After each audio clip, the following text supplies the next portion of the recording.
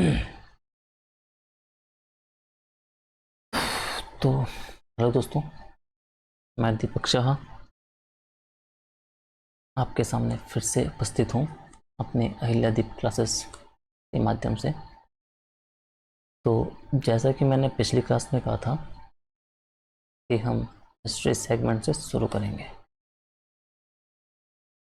कुछ बातें हैं जो मैं पहले बता दूँ। पहली, तो आप ये सोच के मत चलिएगा कि 5-10 मिनट की क्लास होगी और उसमें सब कवर हो जाएगा।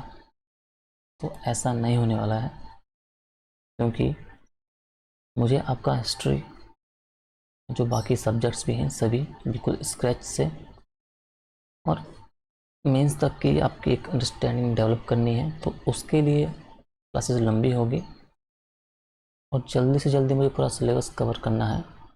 तो मैं कोशिश करूँगा कि क्लासेस लंबी से लंबी हो, ताकि एक एक वीडियो में काफ़ी कुछ आपका हिस्सा कवर अप हो सके और आपको ज़्यादा क्लासेस ना लेनी पड़े मुझे, और जल्द ही जल्द सिलेबस ख़त्म हो जाए।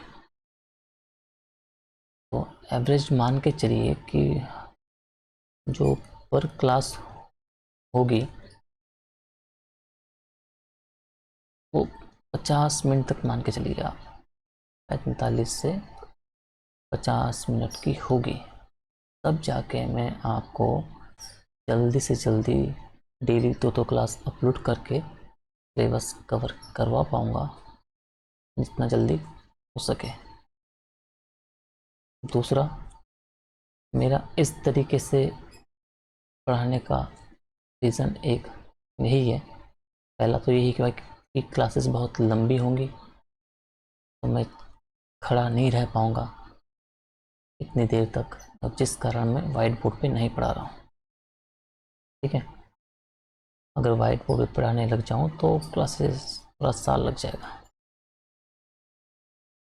तो उसका मेन रीज़न नहीं है। ऐसे में ये होगा कि मुझे फिर पीडीएफ के थ्रू ना मुझे कुछ ज़्यादा लिखना पड़ेगा, ना कुछ, सीधा आपको कॉन्सेप्ट जो आपके हैं, चीज़ों के जो लिंक्ड हैं, वो समझाऊंगा।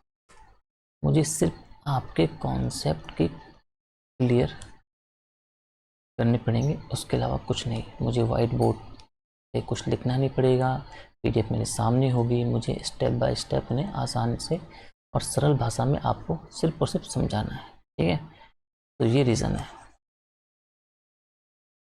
तो आज पहली क्लास है। पहली क्लास भी क्या मानो, मतलब एक हिसाब से एक इंट्रो क्लास है। ठीक है, इंट्रो क्लास। इसमें हिस्ट्री की आपको एक ब्रीफ नॉलेज दूंगा मैं। ठीक है, ब्रीफ नॉलेज, मानव के उद्ध विकास, मानव का विकास कैसा होता है, उद्ध विकास कैसा होता है, कहाँ से होता है, वहाँ से लेके और मध्यकालीन भारत के समाप्ति तक, मध्यकाल तक। जी, ठीक है, अंग्रेजों के इन्वेंशन तक, कि भारत, जब अंग्रेज भारत में आते हैं वहाँ तक। आधुनिक भारत हम अलग लेके चलेंगे, उसकी एक अलग स्ट्रेटजी हुई, तो उससे मैं यहाँ कंबाइन नहीं कर रहा हूँ अभी की क्लास में। अभी सिर्फ और सिर्फ जो मेरा टारगेट है वो प्राचीन प्लस मध्यकाल भारत। ठीक है, ये है।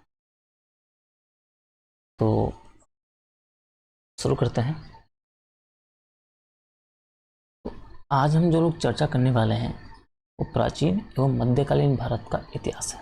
ठीक है, तो इन चीज़ों को हम बेसिकली हम पढ़ेंगे कैसे, मतलब हमारी पढ़ने की स्ट्रेटजी क्या होगी, यानी किन किन चीज़ों को पढ़ना है, कैसे पढ़ना है। तो बेसिकली आज हम यही सारी चीज़ों पे चर्चा करेंगे। ठीक है, एनिशिएंट और मिडिवल की स्ट्रेटजी क्या होनी चाहिए, कैसे हम पढ़ेंगे, ये सब मैं आपको लेक्चर प्लान बनाऊंगा अभी, उसमें बताऊंगा कि क्या क्या पढ़ना है, कैसे पढ़ना है, ये सब। ठीक है, तो उन सब चीज़ों के बारे में हम डिस्कस करेंगे। उसके पहले मैं आपको कुछ चीज़ें समझाना चाहता हूँ। ठीक है, जब तक वो आप फील नहीं करेंगे ना उस चीज़ को, तो उसमें मज़ा तो आएगा नहीं। होता क्या है अक्सर कि जो हम लोग जब तैयारी करते हैं तो वो एक गलत दिशा में तैयारी करते हैं। ठीक है, तो जरा आप समझिए चीज़ों को। पहले तो मैं आपको जरा सा ब्रीफ कर देता हूँ कि आपको मैं कैसे पढ़ाऊँगा, मुझे करना ही।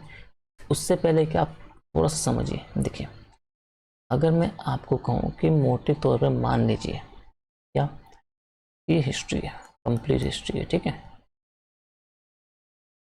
और इसके 4 सेगमेंट हैं। 4 कौन कौन से?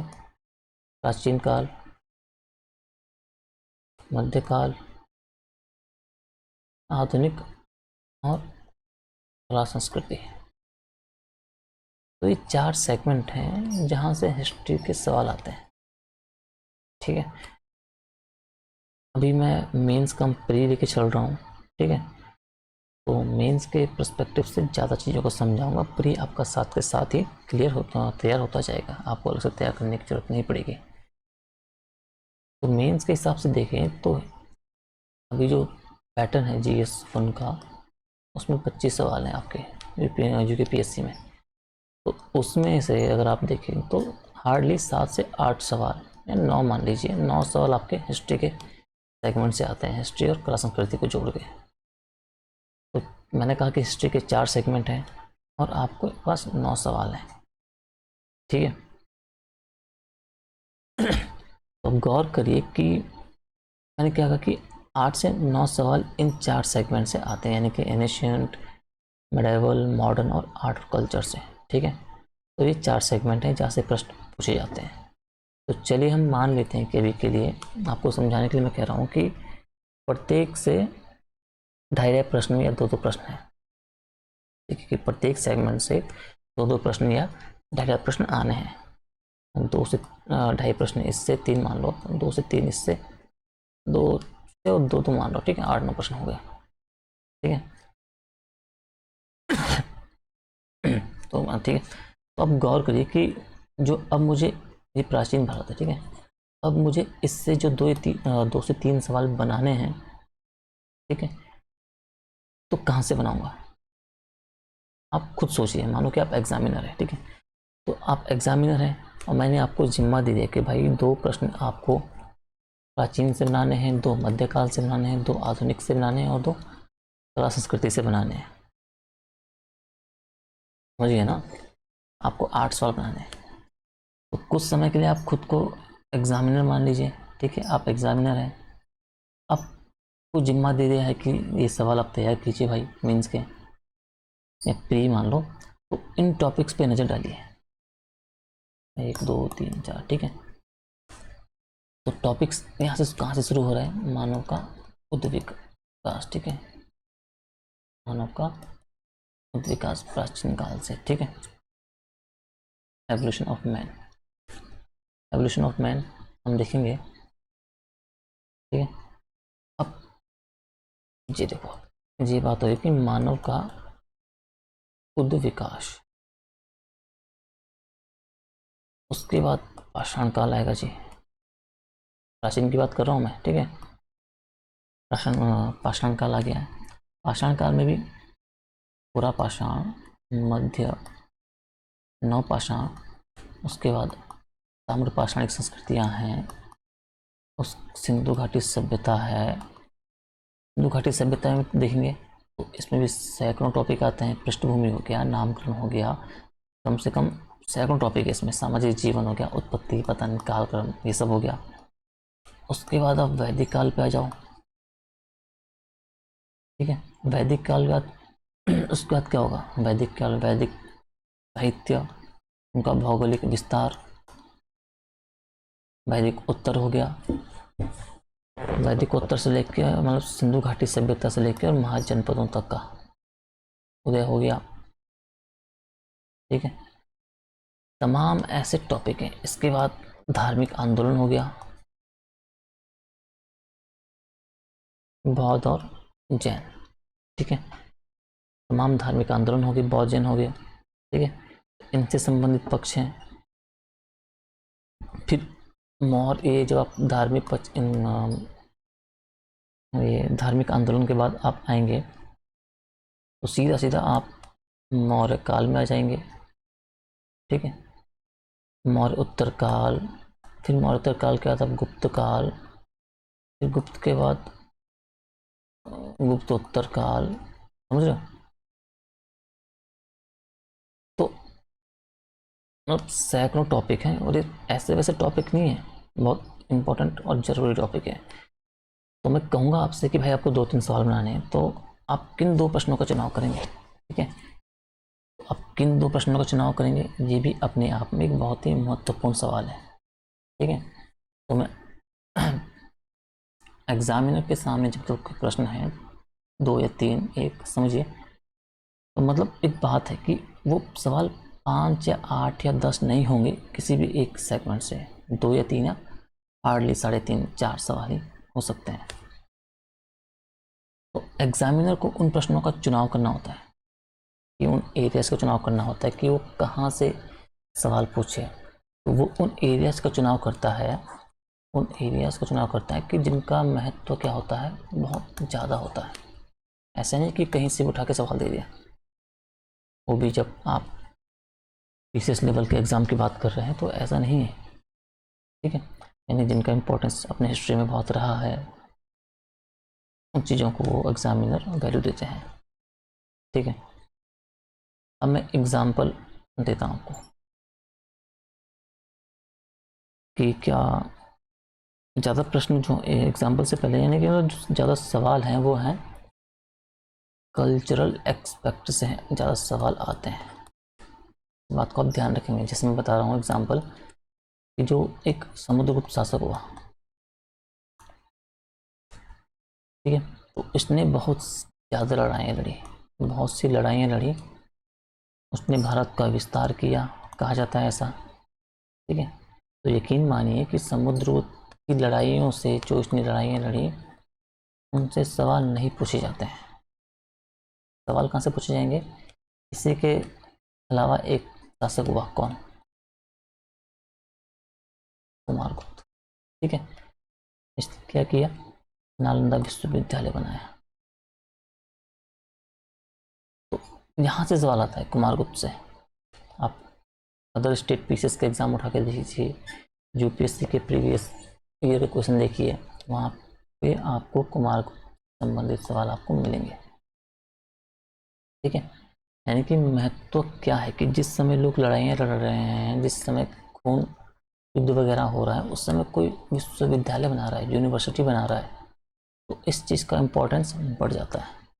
ठीक है, तो जो ज़्यादा महत्व का है आपको वो पढ़ना है, जो कम महत्व का है पढ़ना वो भी है, लेकिन इम्पोर्टेंस आपका जो महत्व है उसे ज़्यादा देना है। ठीक है, लेकिन कहते हैं कि पढ़ना सब कुछ है, हम ये नहीं कह रहे कि कुछ नहीं पढ़ना।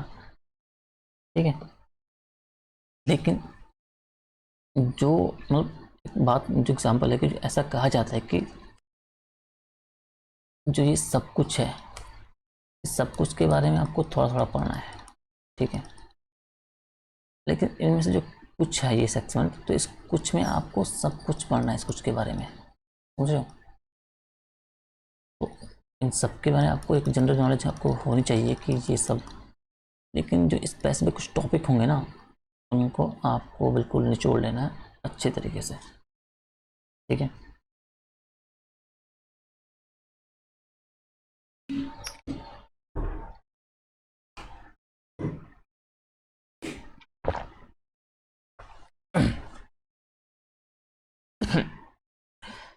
तो एनिशियंट से हम शुरू करेंगे। एनिशियंट से हम शुरू करते हैं, तो जो प्राचीन भारत है,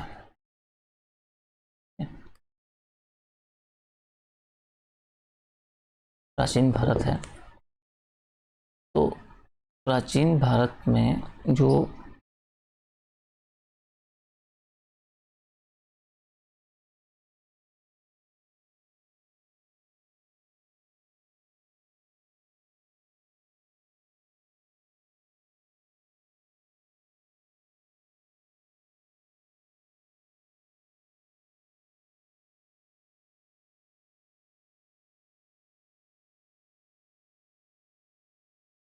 मानव का उद्विकास, ठीक है,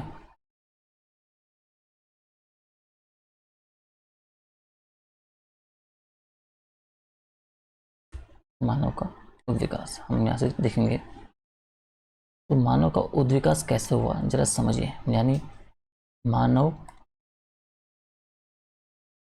इस जो अभी प्रेजेंट रूप में है उसे कैसे विकसित हुआ, ठीक है, यहाँ से। तो ये वाले जो सेगमेंट है ये इम्पोर्टेंट नहीं है, लेकिन एग्जाम की दृष्टि से महत्वपूर्ण नहीं है, लेकिन पढ़ना तो है, ठीक है। तो पहले मानव क्या था बेसिकली, मानव जो है बेसिकली एक 4 पैरों पे चलता था, यानी एक कपी मानव था, यानी एक कपी मानव था। कौन? 4 पैरों पे चलने वाला। कारण अभी हम आगे देखेंगे, क्योंकि वो पेड़ों पे रहता था। अब सिंपल सी बात है, ये पेड़ है, अब इस पे मानव बिल्कुल सीधा खड़ा तो रह नहीं पाएगा ना। उस टाइम पे वो करोगे 2 हाथ, उनका उपयोग पैरों की तरह करता था, ये 2 पैर, इस तरीके से मान लो, ठीक है। तो उस टाइम पे जो मानव था वो 4 पैरों पे चलता था, क्योंकि वो पेड़ों पे रहता था, तो उसी हिसाब से उसका एडोप्टेशन हुआ था। तो जो पेड़ों पे रहने के लिए जो उसकी जो बाहें थी ये, उसके हिसाब से वो लंबी लंबी हुआ करती थी और ऐसा झुका हुआ होता था, ठीक है, ताकि वो पेड़ों को अच्छे से शूट कर सके, मतलब उससे उस तरीके से रह सके बेसिकली, ठीक है। तो धीरे धीरे मानव क्या हुआ, अब ये सीधा खड़ा हो गया, ठीक है। अब ये सीधा खड़ा होने वाला मानव बना, और तब हमने इसको कहा होमो, सॉरी, होमो इरेक्टस, ठीक है। जब वो सीधे खड़ा हो गया 2 पैरों पे, यानी कि इरेक्टस, यानी कि इरेक्ट मतलब होता है सीधा, तो इसे कहा हमने होमो इरेक्टस, ठीक है। अब वो 2 पैरों पे आ गया भाई साहब। अब जब 2 पैरों पे आ गया, ये मान लो ये 2 पैरों पे आ गया, तो उसके 2 हाथ ये फ्री हो गए। जब 2 हाथ फ्री हो गए तो ये अब एक काम क्या करेगा इन हाथों से, औजार बनाएगा। औजार बनाएगा किससे? पत्थर से, ठीक है। उसने पाषाण यानी कि पत्थर पत्थर पाषाण से उपकरण बनाने शुरू कर दिए, पाषाण उपकरण, ठीक है। इसके अलावा इस समय में कई डेवलपमेंट भी एक साथ हुए थे, ठीक है, अभी हम संक्षिप्त रूप में देख रहे हैं। तो मानव कब नर वानर से वानर बना, मतलब कपि मानव था, 4 पैरों पर चलता था, तो कब वो खड़ा होने वाला बना, फिर मानव इरेक्टस कहलाया, अपने पैरों पे आ गया, उसके उसके हाथ फ्री हो गए, तो उसने औजार बनाना चालू कर दिया, ठीक है। जब औजार बनाने की पाषाण उपकरण बनाना चालू कर दिया, ठीक है, तो धीरे धीरे उसने जब ये चालू किया, तो हम पहले हमने पढ़ा कि एवोल्यूशन ऑफ मैन को हम जब पढ़ते हैं, उसी एवोल्यूशन ऑफ मैन में हमने देखा कि जो मानव पाषाण का ये उपकरण और जो ये प्रयोग है चालू करता है, इसी जब अभी एवोल्यूशन चल रहा है इसका, ठीक है, ये चालू करता है। तो अब पहला चैप्टर तो हम इससे रिलेटेड देखेंगे, मानव को उद्विकास, ठीक है, मानव का उद्विकास। अगला चैप्टर हम देखेंगे इसी के आगे चीजें जो लिंक हो गई है पाषाण उपकरण वाला, ठीक है। तो पाषाण काल, अगला चैप्टर में देख लिया पाषाण काल, ठीक है। तो पाषाण काल भी इसी वजह से इसका नाम है, क्योंकि तात्कालिक मानव ने उस टाइम पे पाषाण के उपकरणों का प्रयोग करना शुरू कर दिया था, तो इसका नाम बेसिकली हम पाषाण काल बोलते हैं। अब पाषाण उपकरण वगैरह उसी टाइम के मिलते हैं, ठीक है। तो उस समय के जो हम स्रोत हमें मिले हैं वो पाषाण उपकरण ही है बेसिकली, ठीक है। तो फिर आगे क्या होगा, और फिर धीरे धीरे इस पाषाण काल को हम फिर पूरा पाषाण, मध्य पाषाण और नव पाषाण काल में डिवाइड करेंगे, पूरा मध्य और नव पाषाण में डिवाइड करेंगे। अब धीरे धीरे मानव क्या करेगा, धातुओं का प्रयोग चालू कर देगा, जब वो धातुओं का प्रयोग चालू कर देगा नवपाषाण काल तक आते आते, ठीक है, नवपाषाण काल की बात है, नवपाषाण काल तक आते आते वो धातुओं का प्रयोग चालू कर देगा। धातुओं में भी कौन सी पहली धातु, तो धातुओं में पहली धातु उपयोग करेगा तांबा, ठीक है। अब क्या है, साथ में पत्थर का उपयोग तो हो ही रहा है, यानी कि पाषाण प्लस तांबे का उपयोग करने अब शुरू कर दिया साथ में, ठीक है। यानी कि पाषाण वो पहले से उपयोग करता रहा था और फिर वो तांबे का उपयोग करना शुरू कर दिया। तो अब जो आएगा फिर वो होगा ताम्र पाषाणिक संस्कृतियाँ। तो अगला चैप्टर हम जो पढ़ेंगे ताम्र पाषाणिक संस्कृतियों के बारे में, ठीक है। अब स्टोरी स्टार्ट कहाँ हुई, स्टोरी स्टार्ट हुई आपकी नरवानर से,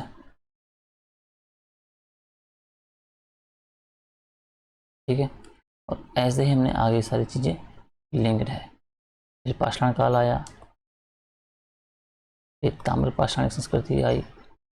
अब ताम्र पाषाणिक संस्कृति जो है, ताम्र पाषाणिक संस्कृति, इसी के समकालीन पैरेलल हम देखेंगे क्या, बहुत ही इम्पोर्टेंट, सिंधु घाटी सभ्यता, ठीक है। अब इनमें से कुछ लोगों ने क्या किया, ताम्र पाषाण संस्कृति में तांबे के साथ क्या मिलाया, टीन, और मिलाकर बनाया कांसा, ठीक है जी। मतलब ऐसा अनुमान है, अनुमान के मतलब ऐसा है कि साक्ष्य मिले हैं। तो इन्हीं में से कुछ लोगों ने तांबे में टिन मिलाकर कांसा बनाया और एक क्या हो गया, कांस्य युगीन सभ्यता के बारे में पढ़ते हैं, यानी कि जो कौन सी है, इंडस वैली सिविलाइजेशन, ठीक है। सिंधु घाटी सभ्यता जरा ध्यान से समझिएगा, उसे हम आगे जब पढ़ेंगे डिटेल से, तो उसका मतलब पृष्ठभूमि, नामकरण, मतलब किस पृष्ठभूमि में वो आई, उसका नामकरण क्या था, उसके अन्य समकालीन सभ्यताएं क्या थी। सिंधु घाटी सभ्यता के बारे में बोल रहा हूँ, जैसे मेसोपोटामिया वगैरह वो सभ्यता थी, तो उनके बारे में विस्तार से आगे पढ़ेंगे जब वो चैप्टर आएगा। हड़प्पा लिपि कैसे थी, भौगोलिक विस्तार और सब कुछ, सामाजिक जीवन से लेकर राजनीतिक जीवन सब कुछ, ठीक है। तो सिंधु घाटी हम पढ़ेंगे, सिंधु घाटी के बाद कांस्ययुगीन, इसी में सिंधु घाटी सभ्यता जुड़ गई है। तो अब सिंधु घाटी सभ्यता के बाद इसमें क्या होगा, पतन होगा, जिसमें अलग अलग विद्वानों के अलग अलग मत हैं, मतभेद भी हैं, कोई कुछ कहता है, कुछ कहता है। तो इसके बाद क्या होगा कि हम पढ़ेंगे वैदिक संस्कृति, ठीक है। अब वैदिक संस्कृति के बारे में पढ़ना है तो वैदिक काल के बारे में पढ़ना है, ठीक है। और अगर आपको हल्का सा फिर ज़रा समझिए, तो जो वैदिक काल वाला जो यही क्षेत्र जो है, इसमें बेसिकली सबसे पहले हिंदू घाटी सभ्यता थी, ठीक है। इसके पतन के ठीक बाद लगभग इसी एरिया में वैदिक संस्कृति या आर्यों का जो आर्यन कल्चर का उदय होता है इसी में, ठीक है। कल्चर लिखता हूँ यहाँ पे, आर्यन कल्चर का उदय होता है इसी क्षेत्र में, ठीक। अब वैदिक सिंधु घाटी जी, Sindhu Indus Valley civilisation plus ये वैदिक काल, ठीक है। तो इन दोनों में क्या कनेक्शन था, ठीक है, क्या अंतर था, तो सिंधु घाटी सभ्यता और वैदिक लोगों के बीच क्या कनेक्शन था, इसको भी जो भी इतिहासकार दिखाने की बहुत कोशिश करते हैं, लेकिन हमें बहुत कुछ अभी स्पष्ट रूप से नहीं पता इस बारे में, ठीक है। तो उसका जो रीज़न है कि सिंधु घाटी की जो सभ्यता है उसकी जो मोहरें वगैरह, जो लिपि वगैरह मिली है, ठीक है, उसकी लिपि वगैरह जो मिली है वो ठीक से हम पढ़ नहीं पाए हैं, ठीक है। तो यही रीज़न है कि जो हम तुलना वगैरह, जो मतलब उन दोनों के बीच की जो सही जानकारी है वो नहीं नहीं मिल पाई अभी तक प्रॉपर तरीके से ना। मेन वही है कि जो सिंधु घाटी सभ्यता की जो वो लिपि वगैरह है वो नहीं, हम पढ़ नहीं पाए, तो अनुमान लगा पाते हैं कि ऐसा रहा होगा, ऐसा रहा होगा, ठीक है। तो वैदिक काल के बाद हम संबंधित पक्षों को पढ़ लिया, उसके बाद हम वैदिक साहित्य का जो भौगोलिक विस्तार है, वैदिक साहित्य का जो भौगोलिक विस्तार है, नेक्स्ट स्लाइड, ठीक है।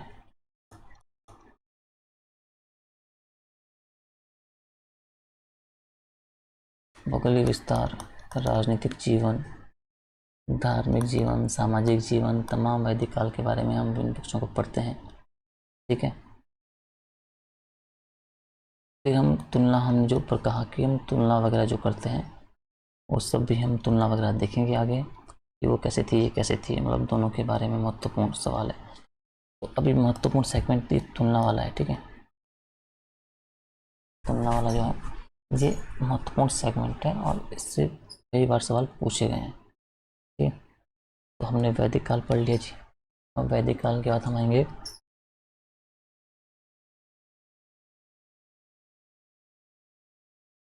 वैदिक उत्तर काल में, ठीक है। यानी वैदिक के बाद का जो काल है पोस्ट वैदिक काल, पोस्ट वैदिक बोलते हैं इसे, पोस्ट वैदिक काल है, वैदिक उत्तर काल हम पढ़ते हैं। और इसी को हम बोलते हैं क्या, प्राक मौर्य काल।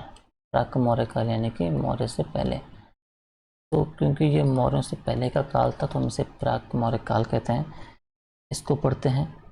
इसके बाद हम पढ़ेंगे मौर्य पीरियड को, मौर्यों को पढ़ेंगे अच्छे से, ठीक है। मौर्यों को पढ़ने के बाद हम जब विशेषताएं, तमाम विशेषताओं को पढ़ेंगे, और तो इसी समय जो है महाजनपदों का उदय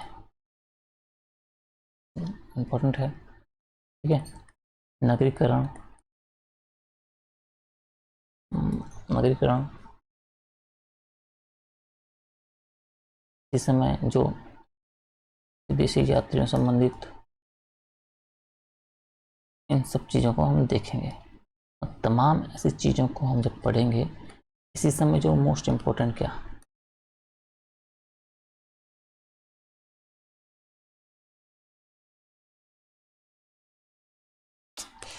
मोस्ट इम्पोर्टेंट है ये यहाँ पे धार्मिक आंदोलन, ठीक है। इस समय धार्मिक आंदोलन जो है वो बहुत इम्पोर्टेंट है आपके एग्जामिनेशन के पॉइंट ऑफ व्यू से, ठीक है। तो इधर जो मैं कहूँ अगर आपको, तो जो इम्पोर्टेंट क्या हो गया, एक तो इंडस वैली सिविलाइजेशन हो गया इम्पोर्टेंट, सिंधु घाटी सभ्यता बहुत इम्पोर्टेंट है। फिर सेकेंड तुलना हो गई आईबीसी की और वैदिक काल की, ये बहुत इम्पोर्टेंट है। तीसरा हमने ये जो इसकी बात कर रहा हूँ धार्मिक आंदोलन, धार्मिक आंदोलन ये बहुत इम्पोर्टेंट है, उनसे बार बार हर एग्ज़ाम में सवाल पूछे जाते हैं। इवन इनकी जो फिलॉसफी है यहाँ से भी बहुत सवाल आए हैं और आते रहेंगे, ठीक है, क्योंकि बहुत ज़्यादा इम्पोर्टेंट है। तो बहुत ज़्यादा हमने पढ़ा उनके धार्मिक पक्ष, जो कुछ भी बहुत और जैन धर्म के बारे में संबंधित पक्ष होगा वो हम देखेंगे। इसके अलावा इसी टाइम पे हम वैष्णव धर्म का विकास, वैष्णव धर्म का विकास ये भी यहाँ देखेंगे, ठीक है। मतलब धार्मिक आंदोलन वाला सेगमेंट अच्छे से कवर करेंगे क्योंकि बहुत इम्पोर्टेंट है।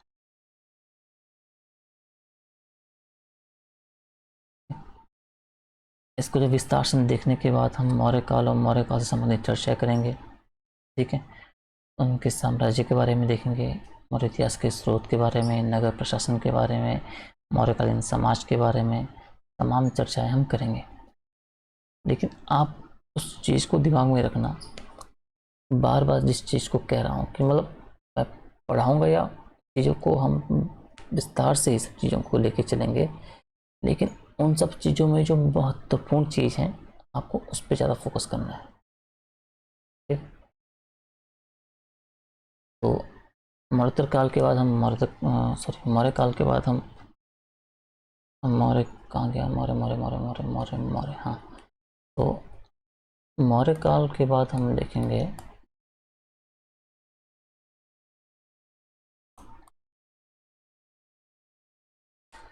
मौर्योत्तर संबंधित चर्चा करेंगे कि मौर्योत्तर काल में क्या हुआ, विदेशी आक्रमण हुए, तो उसके साथ भारतीय राजवंश तो थे ही, विदेशी आक्रमण की चीज़ें। तो विदेशी आक्रमण और भारत के जो भारतीय राजवंश थे, तो दोनों चीज़ें पैरेलल हम चीज़ें देखनी होती है कि उन विदेशी आक्रमणकारियों के बारे में जो इन्वेंशन हुआ, चाहे वो पर्शियन थे, कुषाण थे, पर्शियन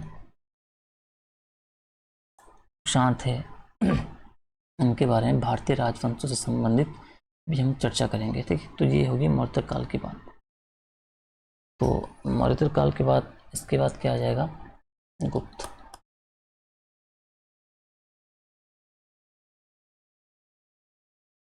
ठीक है, तो जब मौर्योत्तर काल खत्म कर देंगे उसके बाद गुप्त काल शुरू होगा। गुप्त के काल के बाद हम करेंगे गुप्तोत्तर काल।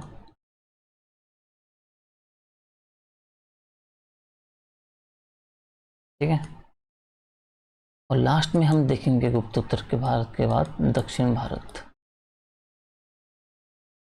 कि दक्षिण भारत का जो इतिहास रहा है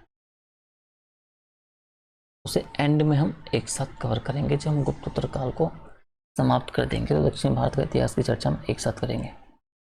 ठीक है, तो ये तो हो गया आपका प्राचीन भारत का, यहाँ से आपका प्राचीन समाप्त हो जाएगा इतने पे। ठीक है, अब इसके बाद आएगा आपका मध्यकालीन।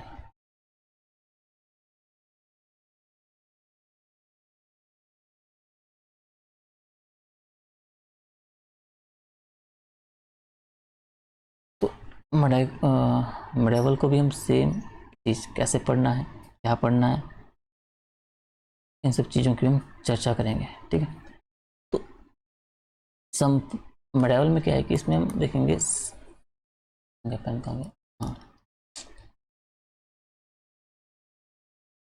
एक मिनट ज़रा पेन चल नहीं रहा है।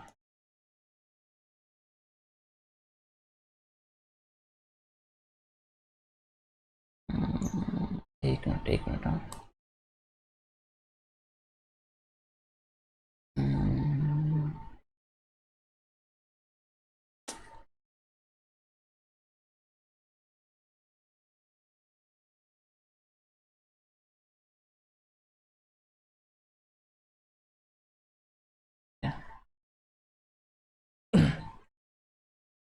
ठीक है, तो हम संपूर्ण मध्यकाल देखेंगे। ठीक है, ये चीज़ें मतलब प्राचीन भारत तो समाप्त हो गया, उसके बाद हम मॉडर्न में भी हम चीज़ों को लिंक करके भी देखेंगे, जैसे कि हम ये प्राचीन का देखा ना उसी को। तो और जब मध्यकाल समाप्त होगा तो उसमें आधुनिक काल देखेंगे हम 16 से 947 तक। ठीक है, तो मेडावल की शुरुआत हम करेंगे, तो वो करेंगे हम जो प्रथम मुस्लिम आक्रमणकारी आया उससे। ठीक है, तो जो पहला मुस्लिम आक्रमणकारी आया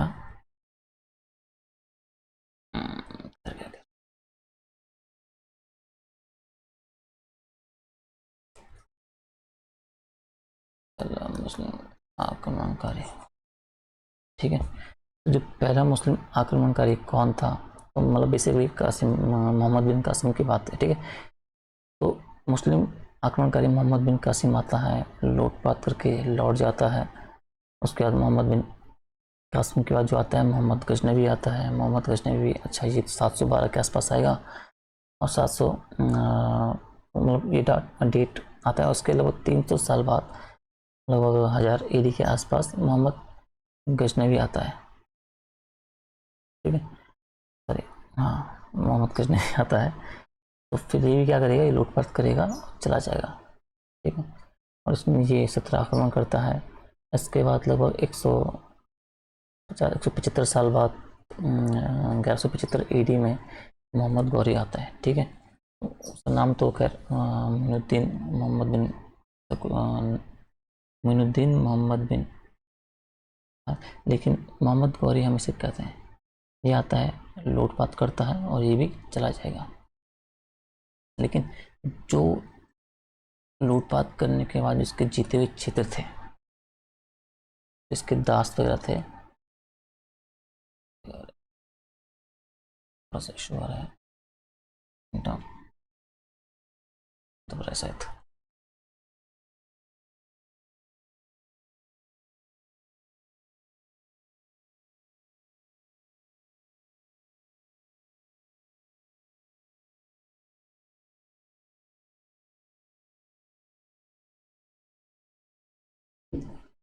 तो गौरी जब जाएगा तो इसके जो विजित क्षेत्र थे,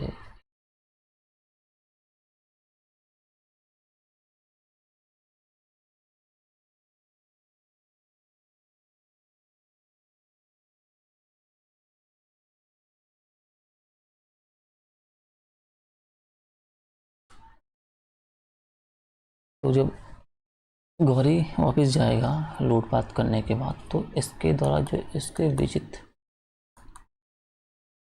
क्षेत्र थे उन्हें ये सौंप के जाएगा दासों को अपने। ठीक है, और इसी में से एक दास रहता है ऐबक, कुतुबुद्दीन ऐबक। ठीक है, और ये कुतुबुद्दीन ऐबक क्या करेगा, ये कर देगा दास वंश की स्थापना, यानी कि गुलाम वंश की। और यहीं से स्टार्ट हो गई आपकी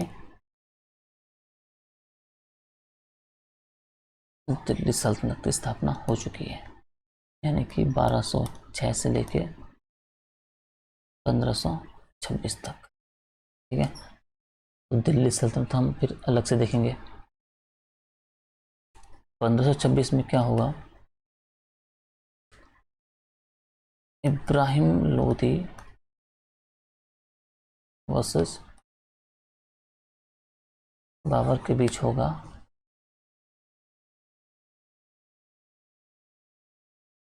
पानीपत का युद्ध। ठीक है, पहला वाला इब्राहिम लोदी हार जाएगा, बाबर जीत जाएगा। तो बाबर के जीतने से ही 1526 में यहाँ पे मुगल काल की स्थापना हो जाएगी। ठीक है, मुगल काल की स्थापना 1526 में भाई हो चुकी है। उसके बाद ये चलेगा सीधा सीधा 1707 तक। 1707 में होगी औरंगजेब की मृत्यु।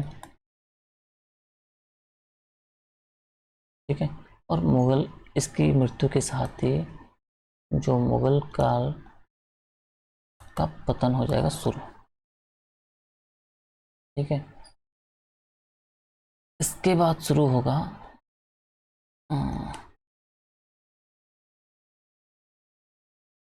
उत्तर मुगल काल 1857 से 1857 तक, 1707 से लेके। ठीक है, मुगल काल के पतन काल में ही जब ये चलेगा ये मुगल काल, अभी ये मुगल काल कमजोर है। मुगल काल अभी कमजोर है, पतन की ओर अग्रसर है। इस समय क्या होगा, जो भारतीय राज्य हैं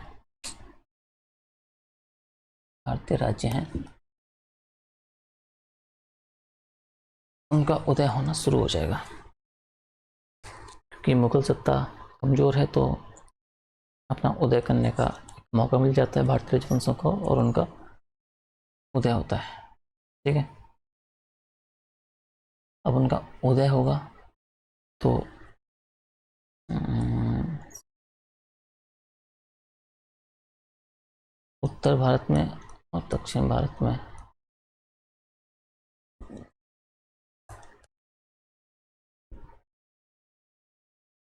उत्तर भारत में हिंदू राजवंश का उदय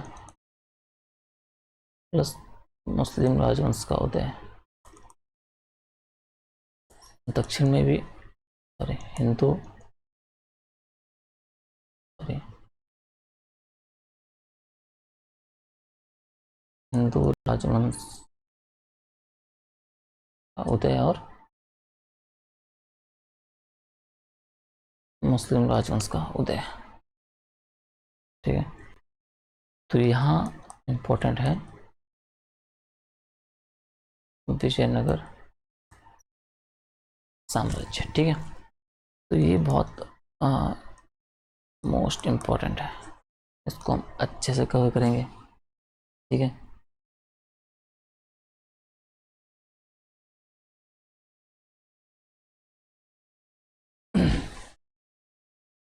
इसी टाइम पे इसी के समकालीन जब हम देखेंगे तो यहाँ है सामाजिक धार्मिक आंदोलन।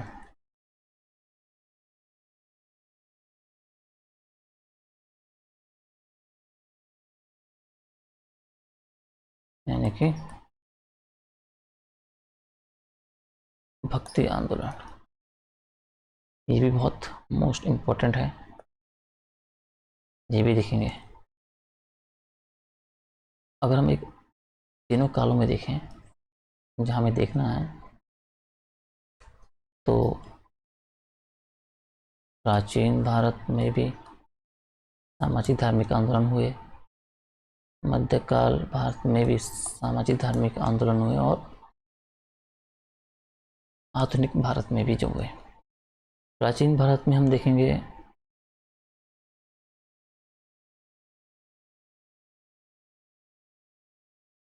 बौद्ध और जैन के रूप में, जैन धर्म के रूप में।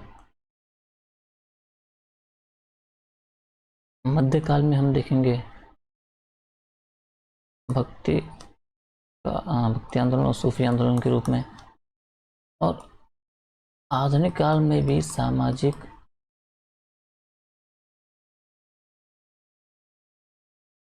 और धार्मिक सुधार आंदोलन हुए, जिसमें राजा राम मोहन राय जैसे लोग जुड़े हुए थे। और सिर्फ हिंदू धर्म में नहीं, मुस्लिम, पारसी आदि सभी धर्मों में सामाजिक धार्मिक आंदोलन सुधार हुए हैं आधुनिक काल में, तो हम ये भी देखेंगे। ठीक है, तो जब हम ऊपर मुगल की चर्चा कर रहे थे, तो जब मैं मुगल को पढ़ाऊंगा ना, मुगल को हम जब पढ़ेंगे, हम ऐसा नहीं करेंगे कि मैंने बाबर उठाया और पूरा बाबर आपको पढ़ा दिया, अकबर उठाया और ये सब कुछ अकबर ने पढ़ा दिया। ऐसे में क्या होगा कि अलग अलग मुगल राजा हुए हैं, बाबर, अकबर, शाहजहाँ, जहांगीर, औरंगजेब। तो अगर आप एक ही के बारे में सारी डिटेल अगर एक ही जगह दे दूंगा, अगले के टाइम पे आप कंपेयर नहीं कर पाएंगे, कंपेरिजन नहीं कर पाओगे, चीज़ें दिमाग में घुसेगी नहीं। मैं क्या करूँगा कि हर एक शासक का, हर एक राजा का अलग अलग तरीके से बताऊँगा। ठीक है, जैसे मतलब राजा का एक साथ बताऊँगा, मतलब चीज़ों को जोड़ूंगा। जैसे मुगल में बाबर की बात करूँगा, इसमें शासनकाल की बात करूँ तो यहाँ शासनकाल में बाबर का,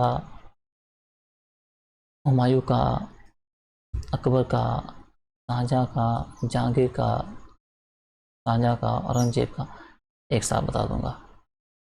मृत्यु बतानी हो तो बाबर का, हुमायूं का, अकबर का, जहांगीर का, शाहजहाँ का, औरंगजेब का, इनकी मृत्यु एक साथ, इनकी कब्रें एक साथ बता दूंगा, इनका राजनीतिक इतिहास एक साथ बता दोगे, इनका स्थापत्य एक साथ बता दूंगा, इनका साहित्य, यात्री, चित्रकला, प्रशासन, ये सब बता दूंगा एक साथ।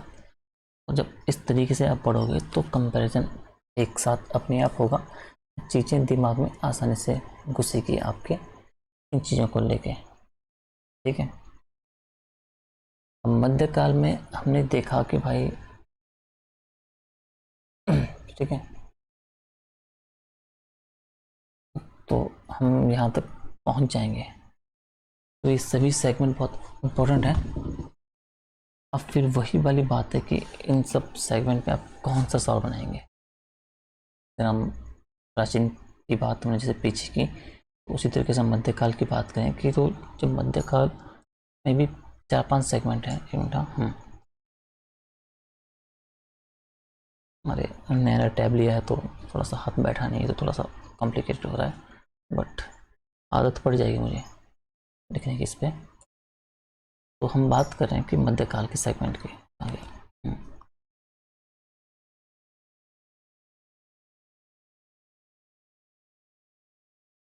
मध्यकाल के सेगमेंट ही थोड़ा कलर चेंज कर दूँ।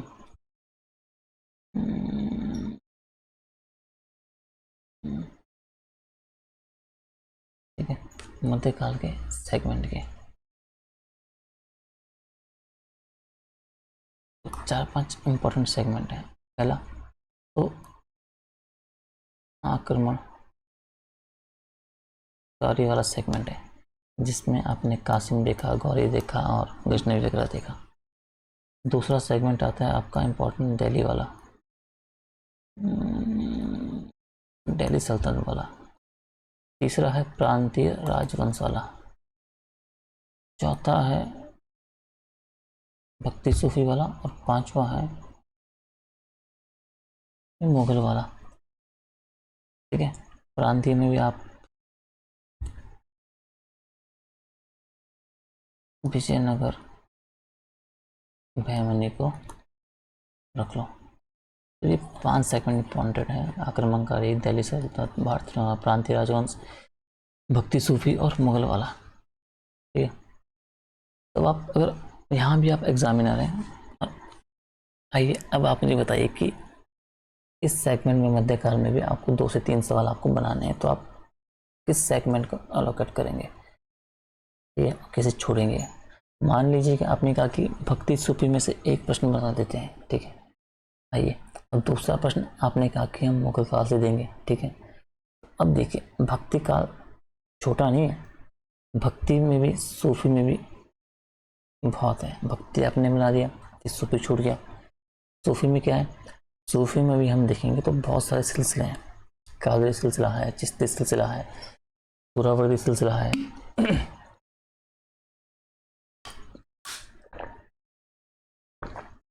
नक्शबंदी सिलसिला है। तो बहुत सारे सिलसिले सूफी से हैं। अब सूफी में बनाएंगे या भक्ति में बनाएंगे। भक्ति आंदोलन अब सिर्फ एक जगह तो हुआ नहीं है, पहले दक्षिण भारत में हुआ, वहाँ से उसका प्रचार उत्तर भारत में हुआ। उत्तर भारत में भी महाराष्ट्र में एक अलग ही धारा चल रही है। ठीक है, तो आप सूफी सिलसिलों में चुनाव करेंगे तो उसमें भी चिश्ती सिलसिला है, वो ज़्यादा महत्वपूर्ण है। ठीक है, अब मुगल काल में आओ तो मुगल काल का कहाँ से, राजनीतिक इतिहास से बनाओगे, सांस्कृतिक से बनाओगे। कहने का मतलब ये है कि अगर आप एग्जामिनर की नज़र से, उसके पॉइंट ऑफ व्यू से सोचेंगे, आप बेहतर समझ पाएंगे कि सवाल कहाँ से ज़्यादा पूछे जाते हैं। ठीक है, और टाइम तो बहुत लिमिटेड है। ठीक है, आपको सालों साल नहीं मिले हैं, आपको टाइम बहुत कम मिला है, रिवीजन ज़्यादा से ज़्यादा करना है। ठीक है, तो कहने का मतलब वो है जो फोकस एरिया है उन पे ही ज़्यादा फोकस करना है। पढ़ना, जैसे मैंने पहले कहा था, वही पढ़ना सब कुछ है, लेकिन सबके बारे में कुछ कुछ पता होना चाहिए और कुछ एक के बारे में सब कुछ पता होना चाहिए। ठीक है, तो कुछ सब्जेक्ट्स, कुछ जो एरिया है उन पे आपको बहुत अंडरस्टैंडिंग बनानी है अपनी एक अच्छी सी, और उन टॉपिक्स को, उन एरियाज को बहुत रिवाइज करना है, और बाकी सिलेबस से सिर्फ 1-2 बार गो थ्रू हो जाना है। ठीक है,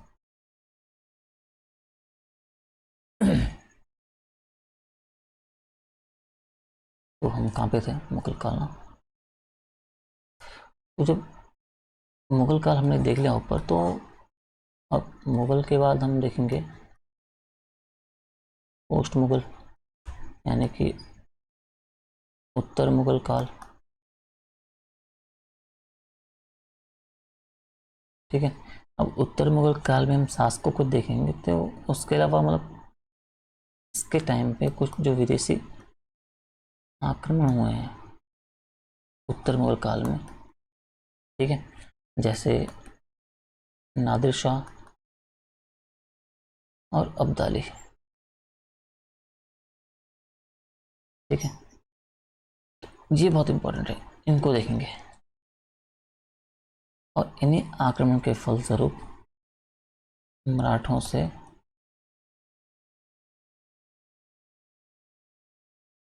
पानीपत का तीसरा युद्ध होता है, इससे भी प्रश्न पूछे जाते हैं, ठीक है। तो कहने का मतलब ये है कि सभी युद्धों से सवाल नहीं आएंगे।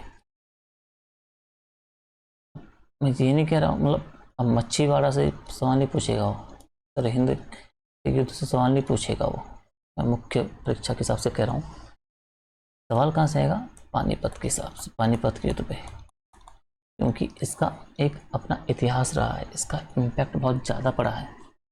तो सवाल अगर युद्ध से आता भी है तो पानीपत के तृतीय जैसे हुआ इससे सवाल आएगा, ना कि जो प्लेन और सिंपल चीज़ें हैं उनसे, छोटे मोटे युद्धों से नहीं आएगा, ठीक है।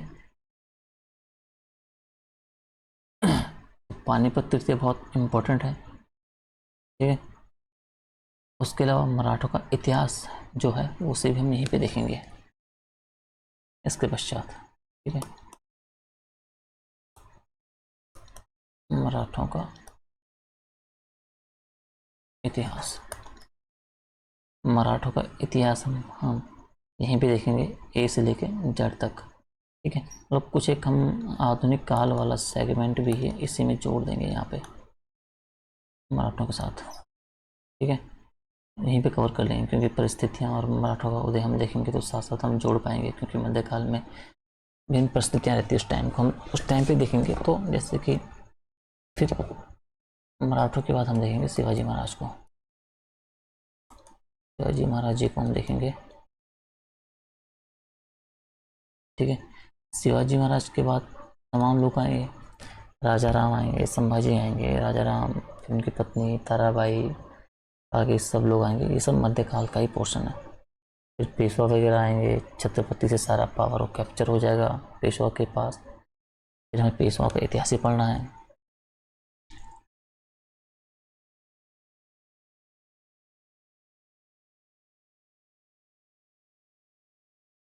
ठीक है। तो पेशवाओं का इतिहास ही पढ़ना है। फिर धीरे धीरे वो जब ब्रिटिश वगैरह इसी समकालीन पे अपनी शक्तियाँ मजबूत करते रहेंगे तो पेशवा के साथ साथ हम फिर आंग्ल मराठा युद्ध, अंग्रेजों के साथ लड़ाई होना शुरू हो जाती है, वो भी देखेंगे। तो इसी वजह से जो मराठों का जो बेसिकली कुछ मॉडर्न वाला सेगमेंट है उसे भी हम यहीं पे एक साथ कवर कर लेंगे, ठीक है। तो मतलब हाँ, सिखों का, सिख गुरुओं का जो काल है,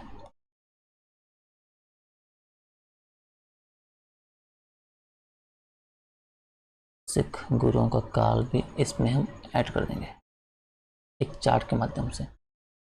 उसमें 10 सिख गुरुओं का काल हम इसी में देखेंगे, यहीं पे देख लेंगे हम, ठीक है।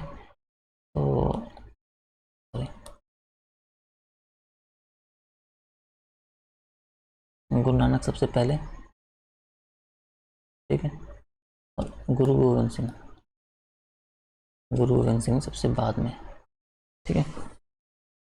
अब जब गुरु गोविंद सिंह जी की डेथ होगी तो इसके बाद उनका नेतृत्व 1708 आई थिंक से लेके 1715-16 तक कौन करेगा? ये बंदा बहादुर, ठीक है, ये इनका काल है। अब बंदा बहादुर को फिर फर्रुख सिंह फांसी दे देंगे, इनकी भी डेथ हो जाएगी। तो मतलब हम बेसिकली हमें पढ़ना होता है, 10 गुरुओं को देखेंगे, उनके बाद चीज़ें जो ऐड होगी, बंदा बहादुर का काल देखेंगे, उन्हें देखेंगे, उनके फांसी के बाद वो मुगल जो सिख वगैरह हैं वो बेसिकली नेतृत्व नहीं रहता उनके पास, फिर आगे चलकर पानीपत का युद्ध होता है, ठीक है। तो उनके बाद जब युद्ध होगा, उनके बाद जब पानीपत के युद्ध में, युद्ध के बाद जब तृतीय युद्ध होता है पानीपत के युद्ध के बाद, तब इनका युद्ध होगा, उदय होगा किनका, सिख होगा। क्योंकि उस समय क्या होगा कि मराठे और अब्दाली दोनों कमज़ोर हो जाते हैं, ठीक है, और सिखों को उदय करने का, अपना उदय करने का एक मौका मिल जाता है, ठीक है। तो उसी टाइम पे कई सिख मिसल वगैरह आएंगे। उन सिख मिसलों में एक इम्पॉर्टेंट है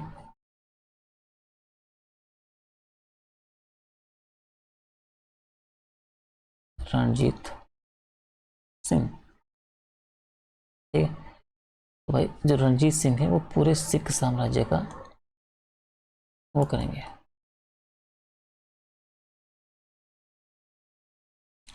सिख साम्राज्य का निर्माण करेंगे, ठीक है। तो रणजीत सिंह वाला जो पोर्शन है, ठीक है, तो वो उसे हम मॉडर्न में कवर करेंगे क्योंकि वो चीज़ें वहाँ लिंक होती है, ठीक है। जहाँ हम थोड़ा बहुत देख लेंगे लेकिन वो मॉडर्न में उसका सारा आ जाएगा। तो गुरु, ये 10 सिख गुरुओं वाले काल को हम इसी मध्यकाल में हम कवर कर लेंगे, ठीक है। और उसके बाद हम बचेगा वंदे मातरम, ये हो गया। उत्तम काल में हम देखेंगे। जब हम आधुनिक काल पढ़ रहे होंगे तो रणजीत सिंह वाला जो मैंने कहा वो हम चर्चा वहाँ पूरा कर लेंगे एक्सेंटिव रूप में, सॉरी एक्सटेंसिव रूप में, ठीक है। तो अब आप गौर कीजिए, जब हम इतना कवर कर लेंगे ना, जो मैंने अभी तक ऊपर से लेकर नीचे तक बताया आपको, तो ये पूरे सिलेबस का ये मान लीजिए कि आप 95 से लेके 98% में कह रहा हूँ, 50 में नहीं, 60 में नहीं, इतना सिलेबस आपका कवर हो जाएगा। इतनी % चीज़ें आपके कवर में होंगी, आपके हाथ में होंगी, ठीक है। तो अभी हमने बेसिकली एनिशिएंट और मडेवल को कैसे करना है, कैसे पढ़ना है, वो सब देखा, वो सब मैंने आपको बताया। और अगर आप तरीके से चलेंगे अंडरस्टैंडिंग बना के, तो मैं दावा करता हूँ कि आपको चीज़ों को रटना नहीं पड़ेगा, आपकी चीज़ें दिमाग में ऐसे अपने आप फिट होती चली जाएंगी, ठीक है। तो हम बेसिकली आज यहीं पे रुकते हैं, ठीक है। और कल से मतलब अगले चैप्टर, अगले लेक्चर में हम प्रॉपर तरीके से मानव का उत विकास, जो चैप्टर 1 है, टॉपिक 1 है, उसे हम कवर करेंगे, वहाँ से हम शुरू करेंगे। अब आप लोग कमेंट पे बताओ कि तरीका कैसा लगा, ठीक है। और क्या कमियां रही, मुझे पता है कि मेरे भी शुरू के लेक्चर हैं, मुझे भी आदत नहीं है कैमरे के आगे बोलने की और राइटिंग पैड पर लिखने की, तो थोड़ा सा नर्वसनेस भी है, थोड़ा सा मतलब समझ सकते हो। तो धीरे धीरे मुझे आदत हो जाएगी, इतना जल्दी लेक्चर में अपलोड करता रहूँगा और आप लोगों को भी आदत हो जाएगी चीज़ों को समझने की। तो आज के लिए इतना ही, मिलते हैं आपको अगले लेक्चर में बहुत ही जल्द।